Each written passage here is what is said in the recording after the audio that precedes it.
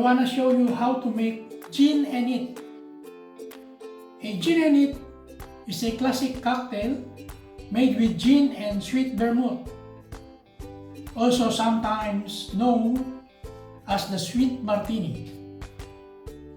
We start, put ice on the glass to be chilled.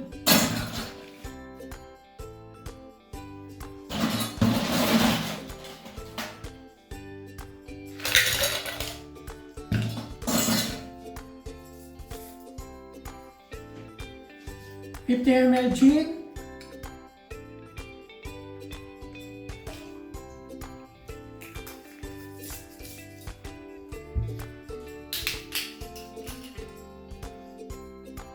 $50 ml sweet vermouth,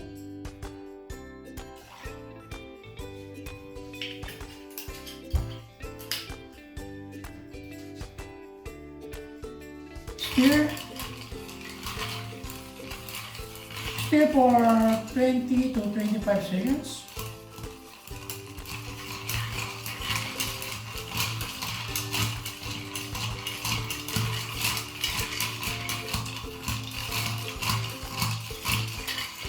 That's it.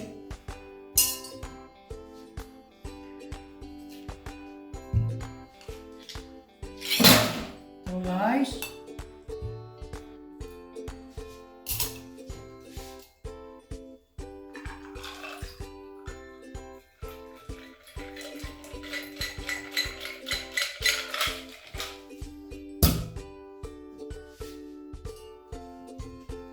the garnish.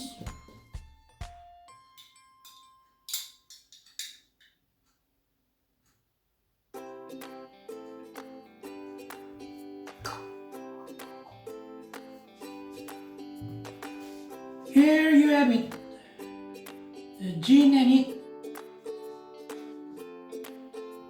Enjoy.